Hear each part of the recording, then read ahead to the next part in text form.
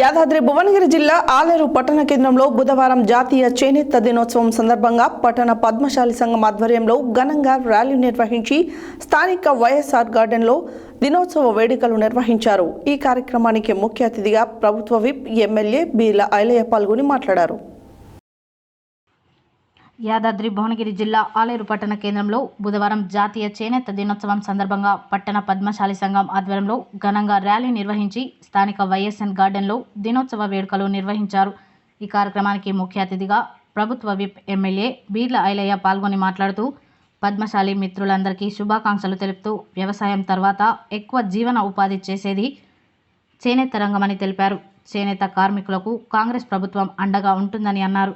చేనేత కార్మికుల సమస్యలను ముఖ్యమంత్రి దృష్టికి తీసుకెళ్తానని మరియు ఇందిరమ్మ ఇళ్లలో కూడా చేనేత కార్మికులకు ప్రత్యేక కోటా ఏర్పాటు చేస్తామని అన్నారు।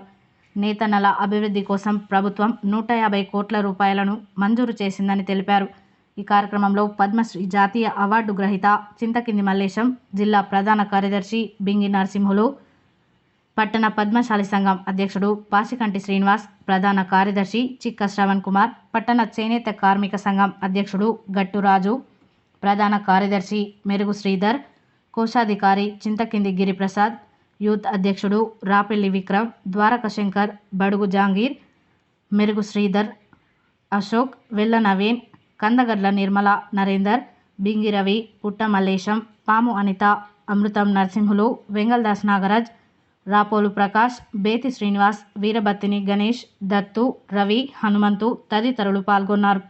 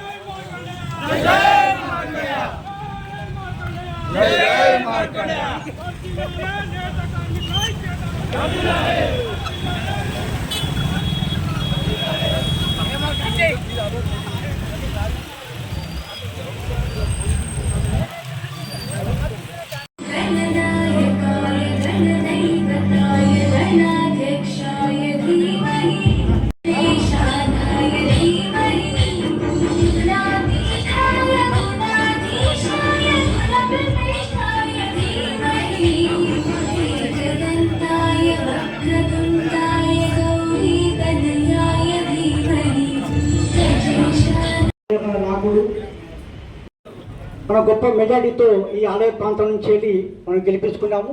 ముఖ్యంగా కాబట్టి మీ ముందు మీ బిడ్డగా మీ సమస్యల పట్ల మాట్లాడతామని చెప్పి కాబట్టి ఇంకా ఎక్కువసేపు మాట్లాడలేకపోతున్నాం। అక్కడ మన కోసం సమావేశం ఏర్పాటు చేసి కాబట్టి చేనేత కార్మికులు మా పద్మశాలి సోదరులందరూ కూడా జాతీయ చేనేత దినోత్సవ శుభాకాంక్షలు తెలియజేస్తూ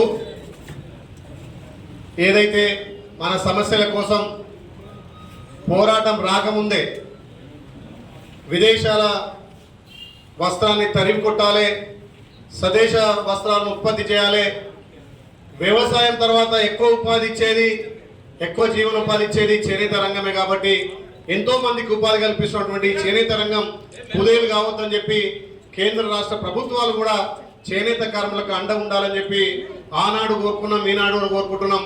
దానికి కాంగ్రెస్ పార్టీ కట్టుబడి ఉండి చేనేత కార్మికులకు అన్ని విధాలు అండ ఉంటుందని తెలియజేస్తూ ఈరోజు ఇంత పెద్ద ఎత్తున చేనేత కార్మికులతో సమావేశం ఏర్పాటు చేనేత కార్మిక సంఘం పెద్దలకు, అదేవిధంగా అన్న పద్మశ్రీ అవార్డు గ్రహీత మల్లేష్ అన్న గారికి ప్రత్యేకంగా ధన్యవాదాలు తెలియజేస్తూ మా తప్పకుండా జిఎస్టీని రద్దు చేయడానికి మన కేంద్రం నుంచి రాష్ట్రం నుంచి ప్రతిపాదనలు పంపి ఏదైతే చేనేత కార్మికులను అన్ని విధాలు ఆదుకోవాలి।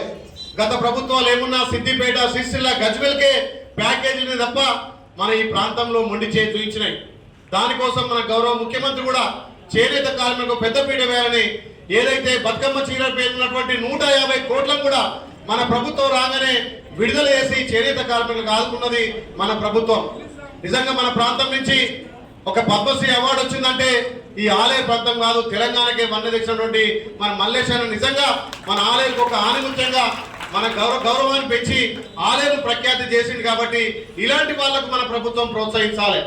నిజంగా ఎంత అద్భుతం అంటే 6 గజాల చీరను అగ్గిపెట్టెలో తయారు చేసినటువంటి కళాకారులు మన చేనేత కళాకారులు. మరి ఇలాంటి వాళ్ళకు ప్రభుత్వం ప్రోత్సహించాలి. ఇలాంటి వాళ్ళకు సిద్దిపేట, సిరిసిల్ల, గజ్వేల్కి ఇచ్చినటువంటి ప్యాకేజీలు మనం కొట్లాడి తెచ్చుకోవాలి. ఆ రోజుల్లో ఆ ప్రభుత్వాలు మనం విస్మరించినాయి. చేనేత కార్మికుడు ఈ చేనేత తప్ప వేరే పనికి పోలేని పరిస్థితి. చేనేత కార్మికులకు ప్రభుత్వం అండగా ఉండాలనే ఉద్దేశంతో వాళ్ళ మొండి బకాయిలు ఉండొద్దని చెప్పి మన గౌరవ ముఖ్యమంత్రి మొన్ననే 150 కోట్లు ఇలా విడుదల చేసిండు. అదేవిధంగా స్కూల్లో యూనిఫామ్ కానీ ఏదైనా వస్త్ర పరిశ్రమ కానీ ఏ మండల్లో ఆ మండలనే తయారు చేసి వాళ్ళకి ఎక్కువ కూడా ఉపాధి కల్పేటట్టుగా చేసిండు. కాబట్టి ఇంకా మీ సమస్యల పట్ల గౌరవ ముఖ్యమంత్రి తోటి ప్రభుత్వంతో ఖచ్చితంగా చర్చించి చేనేత కార్మికులకు ఉన్నటువంటి డిమాండ్ కానీ వాళ్ళ సమస్యలు కానీ ముఖ్యంగా రేపు వచ్చే ఇందిరం ఇళ్ళలు కూడా మీకు సపరేట్ కోటా కూడా ఇస్తానని చెప్పి ఆలయంలోనే అది అమలు చేస్తానని చెప్పి చేనేత కార్మికులకు తప్పకుండా ఇందిరా మిల్లు ఇప్పించే బాధ్యత నేను తీసుకుంటా. ప్రభుత్వ కార్యక్రమాలు, ప్రభుత్వ స్కీమ్లలో కూడా చేనేత కార్మికులకు సపరేట్ కోటా ఉండే విధంగా, ఎందుకంటే వెనుకబడ్డ వాళ్ళు ఒక చీర ఒక జర నేర్స్తేనే వాళ్ళ గడుస్తుంది. కాబట్టి ఇలాంటి వాళ్ళకు ప్రోత్సాహకాలు ఇచ్చి ప్రభుత్వం నుంచి బిర్రు లక్ష్మారాయణ, బేటి ఉప్పలయ్య వీళ్ళు తొందర రావాలి. 65 సంవత్సరాలు పైబడిన వాళ్ళని వీళ్ళని సన్మానిస్తూ ఈ జాతీయ చేనేత దినోత్సవ సందర్భంగా వృద్ధ చేనేత కార్మికులుగా వీళ్ళని గౌరవించి ఎమ్మెల్యే గారి చేతుల మీద సన్మానం జరుగుతుంది. అందరూ చప్పటితో ధన్యవాదాలు తెలియజేయాల్సిందిగా విజ్ఞప్తి చేస్తున్నాను. మళ్ళొకసారి మిస్ అయిన వాళ్ళందరూ వచ్చిరా?